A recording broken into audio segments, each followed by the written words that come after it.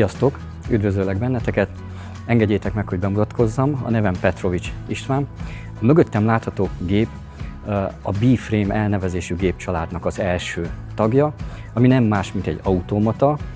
Pontosabban ez egy hibrid gép, ami azt jelenti, hogy méhész kereteket állít össze gyorsan, precízen és sorozatgyártásban. Ennek a ciklus ideje 10 másodperc. Hogy mit is jelent ez a 10 másodperc? Ugye pontosan azt jelenti, hogy egy keretet, tehát 4 keretlécet betározás után összetűz a 4 tűzési pontnál, és sorozatban kifúrja a léceket. Tehát ez a két folyamat, maga a tűzés és a sorozatfúrás, ez összesen 10 másodpercig tart.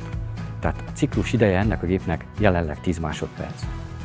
Első körben behelyezzük az alsó lécet, hosszú lécet. Második körben jöhetnek az oldallécek, ezután a felső léc. Lecsukjuk az ajtót, start gombot nyomunk.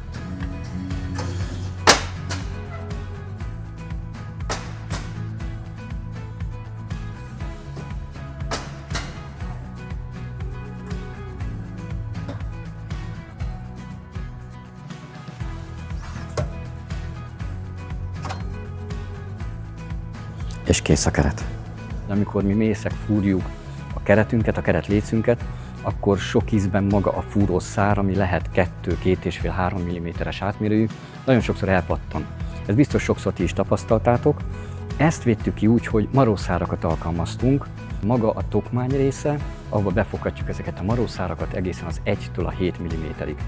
Ha már a fúrósort említettem, ha feljebb nézünk, láthatjuk a két professzionális tűzőgépet, amit azért választottunk, mert nagyon sok kapcsot képes befogadni. Így ez a hosszú limuzinnal ellátott tűzőgép páros, ugye kiszámoljuk, ebbe tűzőgépenként 330-340 darab kapcsot, azaz kapott sor összességet tudunk beletenni.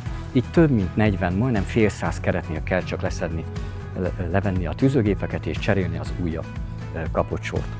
Itt rögtön 2 típusú keretről beszélünk, ami azt jelenti, hogy meg lehet rendelni a következő típusváltó keretet, és onnantól kezdve már egy másik típusú mészeti keretet lehet összeállítani a géppel.